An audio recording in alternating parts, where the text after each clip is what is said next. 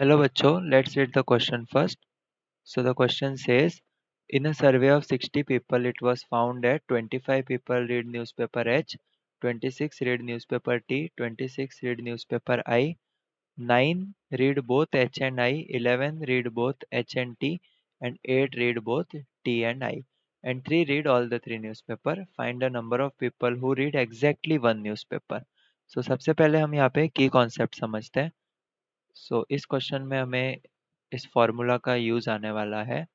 So we have n of a union b union c is n of a plus n of b plus n of c minus n of a intersection b n of b intersection c minus n of a intersection c plus n of a intersection b intersection c. तो इसी के concept का use करके हम इस question को solve करने वाले हैं.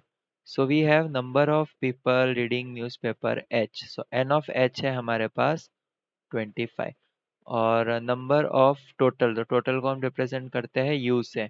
सो एन ऑफ यू है हमारे पास 60 people. Now number of people reading newspaper T, तो वो है 26.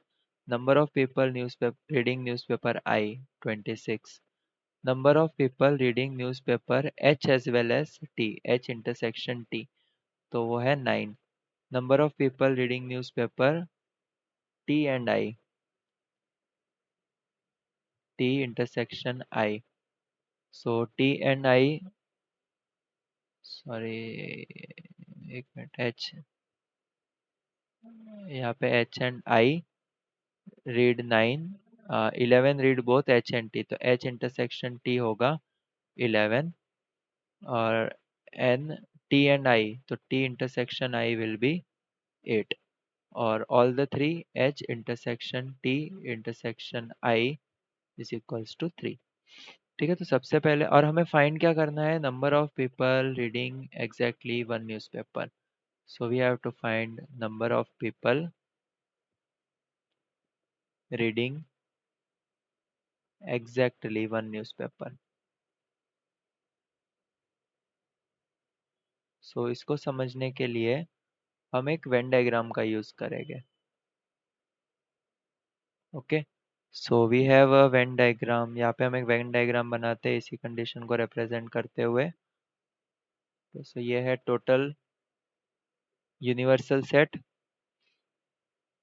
इसमें ये है number of people reading newspaper H, newspaper I, newspaper T. So basically हमें फाइंड क्या करना है, number of people reading exactly newspaper, sorry one newspaper. मतलब कि या तो सिर्फ एच पढ़ रहे हैं ऐसे लोगों को फाइंड करना है हमें, ऐसे लोग नंबर ऑफ पीपल फाइंड करने हैं, या सिर्फ टी पढ़ रहे हैं ऐसे, या सिर्फ आई पढ़ रहे हैं ऐसे लोगों को. मतलब हमें जैसे मैंने यहाँ पे जो एरिया शेड किया है हमें वो फाइंड करना है. सो लेट अस एज्यूम यहाँ पे बीच में है ए बी, सॉरी ये जो रीजन है इसको मैं नाम दे देता हूँ ए बी सी डी. ठीक है, तो यहाँ पे बेसिकली हमें करना क्या है, N of H intersection, sorry ठीक है, ये पूरा एरिया क्या बता रहा है कि N of H union I union T. इसमें से हमें माइनस कर देना है ए, फिर minus B, minus C, minus D.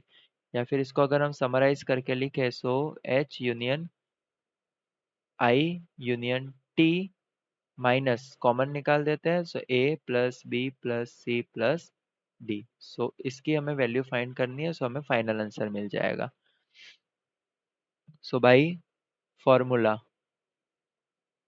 By formula सबसे पहले हम N H intersection I intersection T find, sorry N H union I union T find करेंगे. तो इसके लिए हमारे पास फॉर्मूला है N of H plus N of I plus N of T minus N of H intersection I minus N of I intersection T minus N of T intersection H. Plus N of H intersection T intersection I. तो ये सारी values put करेंगे तो N of H है हमारे पास 25, N of आई है 26, N of T है 26, एच इंटरसेक्शन आई की वैल्यू है हमारे पास 9, आई इंटरसेक्शन टी या फिर टी इंटरसेक्शन आई है हमारे पास 8, और ये है 11 plus 3, so which is equal to we will get 52। So N of H union I union T की वैल्यू हमें मिल जाएगी 52। तो ये एक इम्पॉर्टेंट रिजल्ट हमने फाइंड किया है। ठीक है, अब हमें फाइंड करना है A plus B plus C plus D. तो वापस हम वेन डायग्राम बनाते हैं यहाँ पे।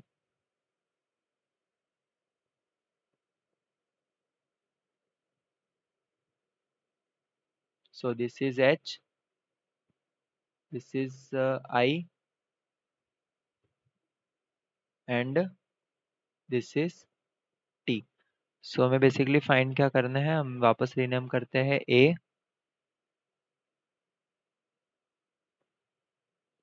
बी, सी और डी। फॉर हमें फाइंड करना है A plus B plus C plus D. So सबसे पहले हम क्या देखते हैं यहाँ पे, ये जो रीजन ए प्लस डी है, सो वो रिप्रेजेंट कर रहा है A plus D is equals to N of H intersection I. So A plus D की वैल्यू हमें मिल जाएगी, N of H intersection I है हमारे पास 9। ठीक है, ये आ, इसको हम नाम दे देते हैं इक्वेशन ए। ठीक है, ये है इक्वेशन ए। दूसरा देखें तो B plus D, B plus D, so B plus D is equals to N of H intersection T. So B plus D हो जाएगा, बी प्लस डी हो जाएगा, H intersection T is 11। So ये आ गया इक्वेशन बी। और तीसरा है सी प्लस डी। तो सी प्लस डी रिप्रेजेंट कर रहा है N of I intersection T को। सो सी प्लस डी की वैल्यू हमें मिल जाएगी सी। ओके, और सॉरी 8, इसको नाम दे देते हैं इक्वेशन सी। अब हम क्या करते हैं, equation A plus equation B plus equation C तीनों को ऐड कर देंगे। सो हमें मिलेगा A plus D plus B plus D plus C plus D is equals to 9 plus 11 plus 8। So अभी हमें क्या करना है, हमें A plus B plus C plus D चाहिए। तो इसके अलावा जितने भी टर्म्स है उसको मैं राइट हैंड साइड भेज दूंगा। तो इसके अलावा मेरे पास बचेगा 2d। ठीक है, तो ये ए बी सी डी रहेगा और 2d को मैं राइट हैंड साइड भेज दूंगा। सो यहाँ पे हमें मिलेगा 28 minus 2d, and from figure we can say that d is n of h intersection I intersection t। ठीक है, d क्या रिप्रेजेंट कर रहा है, तीनों का इंटरसेक्शन, तो d की वैल्यू मुझे मिलेगी 3। So we get a plus b plus c plus d is equals to 28 minus 3 into 2, which is equal to 28 minus 6। So a plus b plus c plus d की value हमें मिल गई है 22। So this is our second result।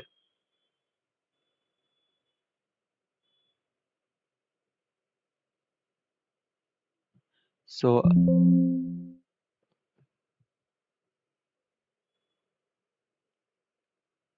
अब हम क्या करेंगे, ये जो दोनों रिजल्ट मिले हैं, using n h union I union t and a plus b plus c plus d in equation 1।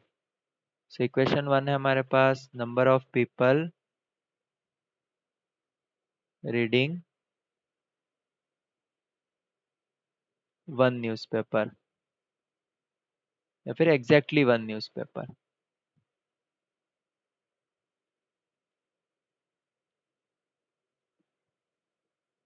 Reading exactly